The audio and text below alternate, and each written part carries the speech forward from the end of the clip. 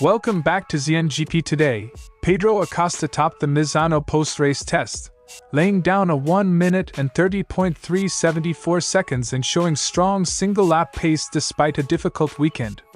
The session underlined two clear takeaways. Acosta and KTM remain potent, while Yamaha's new V4 prototype still looks raw. Quartararo ended the day well over a second off the pace. Marc Márquez completed a busy Misano test day for Ducati, logging 47 laps and a best of 1 minute and 30.871 seconds, sixth fastest overall. The World Championship leader used the session to try swingarms and two different aerodynamic packages, the one run earlier in the season and the newer 2025 spec, and found no outright advantage in lap time between them. With the title hunt still live, Marquez says he'll keep the bike close to his base setup until the championship is secured. Fabio Quartararo rode Yamaha's new V4 prototype during Monday's Misano test but emerged unconvinced. After more than 30 laps on the V4, the 2021 world champion said the new engine/packaging did not yet deliver the specific gains he and the M1 require, and, at least initially, the feeling was actually worse than the inline-4.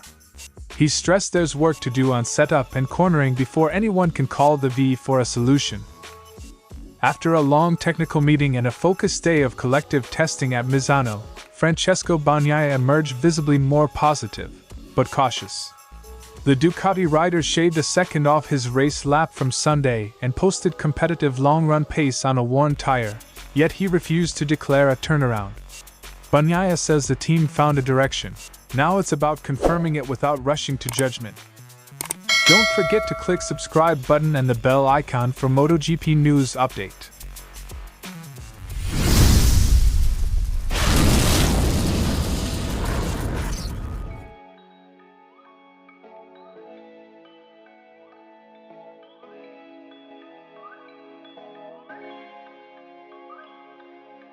After a weekend that went wrong in spectacular fashion, a broken chain and frustration, Pedro Acosta bounced back to lead the collective test, ending the afternoon fastest and only a few tenths off Saturday's pole time. Acosta's speed confirms KTM's ongoing competitiveness and gives the rookie confidence heading into the season's closing phase. Both factory Ducatis had incidents. Marc Márquez and Francesco Bagnaia both suffered crashes but emerged unhurt and continued running. Marquez finished the day sixth, having compared two swingarms and aero packages. Bagnaia ran laps just inside the 1:31s. Ducati continues to refine aero and chassis choices with the title fight effectively decided, using tests to close out development for next year.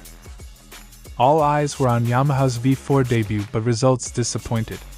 Fabio Quartararo trailed the leader by 1.2s and voiced concerns about how the V4 felt, while Miguel Oliveira was the quickest on the older inline-4. Quartararo said the V4 didn't solve our problems, and that he felt worse with the new layout. Why it matters: Yamaha's fundamental engine architecture change is bold, but the package needs more work before it can be competitive. Marco Bezzecchi revisited a chassis that had been parked earlier this season and came away pleased, finishing third and suggesting the older/newer options deserve further consideration. Raul Fernandez's strong showing for Trackhouse Aprilia P4 also caught the eye. Aprilia have useful development choices to exploit. Bezzecchi's confidence with the chassis is a clear positive for the team. KTM's competitiveness was reinforced beyond Acosta's top time. Jorge Martin made gains in ergonomics on his Yamaha and finished P9. Luca Marini worked with interesting Honda aero that looks like a 2026 starting point. Joan Mir remained absent as he recovers. Several manufacturers used the test to probe 2026 directions, aero, ergonomics and chassis tweaks all being explored. Misano's test was a mixed bag, flashes of pace, Acosta/KTM, promising chassis work, Aprilia, Honda proto pieces, and unfinished business, Yamaha V4. Teams head to the season close with specific homework: Yamaha to steady the V4, Ducati to finalize aero/chassis tweaks, and Aprilia/KTM to consolidate momentum. The test confirmed Misano's role as a development crucible: short margins, important data, and decisions that will shape 2026. Acosta's topper was the headline, but the real story is in the details. Yamaha's V4 remains a project, Ducati continues incremental aero/swingarm work, and Aprilia's chassis choices look encouraging. Expect manufacturers to return to the drawing board with focused updates before Valencia. Ducati gave Marquez various parts to evaluate, but the most important work was comparing aero packages and swingarm options. Marquez reported the primary differences were characteristic: more cornering speed versus more stability under braking, and required simple setup tweaks rather than a wholesale performance gap. We tried different swingarms and aero. With high grip here it was hard to see big differences. I did the same lap time with both aero packages, each has trade-offs. The test was framed as preparation for Valencia rather than a radical development day. Ducati want a clear direction for winter work. With 3 points needed over Alex Marquez in Japan to effectively seal the title, Marc underlined that expectation and probability don't equal certainty. Weather, rivals form and small mistakes can still change outcomes. He says he doesn't feel debilitating pressure, rather he savors the competitive tension. Scoring 3 more points than Alex in Japan isn't trivial. I don't feel overwhelmed. I enjoy that race day pressure. His measured tone reinforced Ducati's plan to minimize unnecessary testing risk before achieving the main goal. The Misano paddock saw heavy support around Pecco Bagnaia. Engineers, Michelin, even Casey Stoner paid a visit, as Ducati searched for solutions to the Italians' issues. Marquez observed the activity and stressed the need to filter information. More opinions can help, but the rider-engineer pair must decide what to act on. There were many people trying to help Pecco. All opinions help, but you need to filter and find the path. Ducati's resources are in full motion, parallel development, and rider support, while Marquez stays focused on the title. The main takeaway from Marquez's point of view was that aero changes alter riding balance rather than produce instant time gains. Setup adaptation is the key. Ducati will use the Valencia test to finalize the direction introduced at Misano, concentrating more on the rear and chassis feel. For teams and engineers, the test reaffirmed that incremental setup work often outperforms headline part swaps. Misano's official test gave Ducati useful data but no dramatic performance swing, and for Marquez that's fine. He leaves the venue confident, measured and mindful that the championship still needs closing on track in the coming races. Valencia will be the next technical waypoint, Japan the likely scene to convert the season's dominance into a 9th world title. Quartararo completed extensive running on the V4 after a couple laps on the standard bike, but his immediate verdict was cautious and blunt.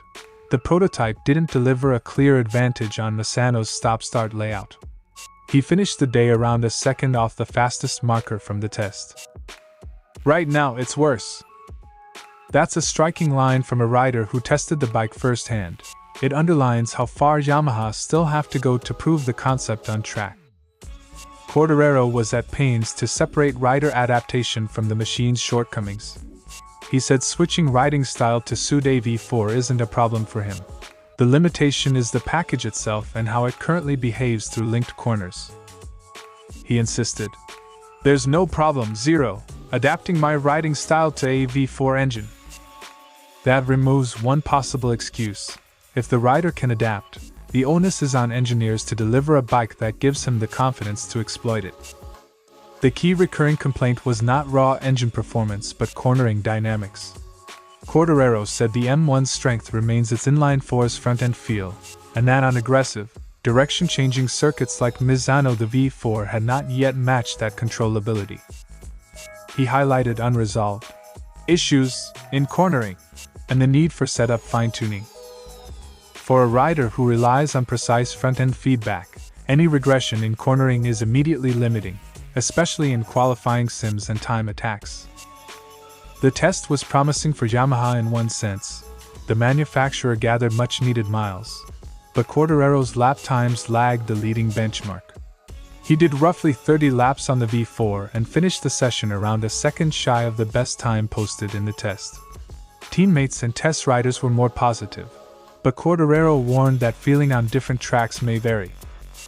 Test numbers are only half the story. The subjective feel a rider reports often dictates whether a part goes into development or is shelved. Quartararo rejected the idea the V4 is a silver bullet fix for Yamaha's season problems. He acknowledged there is theoretical scope for improvement, and that the team will keep working, but emphasized the V4 alone won't instantly resolve the M1's cornering and consistency issues. "I don't think the V4 engine will solve all our problems. We still have the same issues." That's a pragmatic stance. Development cycles are iterative, and rider confidence tends to return only after a sequence of measured gains, not a single prototype outing. Quartararo's Misano test report was a reality check for Yamaha's V4 program, promising in concept, but not yet delivering what their lead rider needs. His message is simple and consequential: adaptation won't be the bottleneck. The bike and its setup must catch up.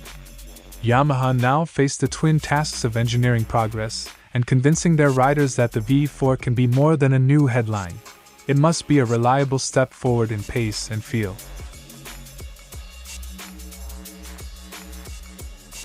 Bagnaia's tone was intentionally measured. He acknowledged clear positives from the test but stopped short of calling the weekend a solution to a difficult season. The aim was consolidation rather than experimentation, fewer new parts, more focus on setup and feeling. "The test went well, but I want to stay calm." That caution matters. After weeks of stop-start improvements, Ducati and Bagnaia are treating confirmation at future tracks as the real proof. Rather than throwing new components at the GP25, Bagnaia and his engineers used Misano to explore setups and build on what already exists. He stressed they avoided introducing fresh parts, preferring to extract more performance from current hardware. He said the plan was not to try new parts, but to focus on what we have, and to tweak settings to understand the right direction.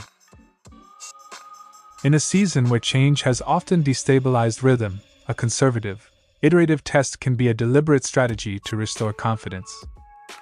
The most tangible gain came in race simulation.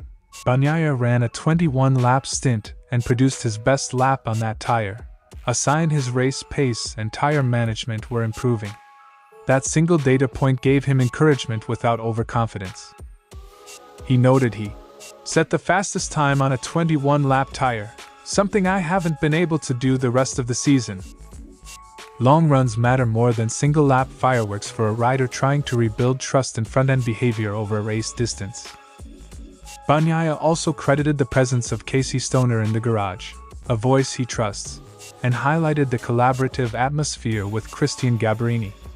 Off-track support and technical dialogue are part of the recovery process as much as chassis tweaks. He said Stoner's input came very naturally, and that sharing ideas with experienced figures helped his progress. Psychological support and cross-generation advice can shorten development cycles, and Bagnaia appears to be leaning into both. With Misano testing done, Bagnaia said he expects the team to continue work ahead of the Japanese round but avoided promising transferability across tracks. He emphasized balance, training and focus off the bike, but also the need to switch off sometimes to preserve performance. He plans to stay calm, keep working on diet, recovery and preparation, and not become obsessively reactive. That mix of obsession and balance is typical of elite athletes trying to flip a season: steady progress at tests, measured expectations, and careful physical and mental preparation.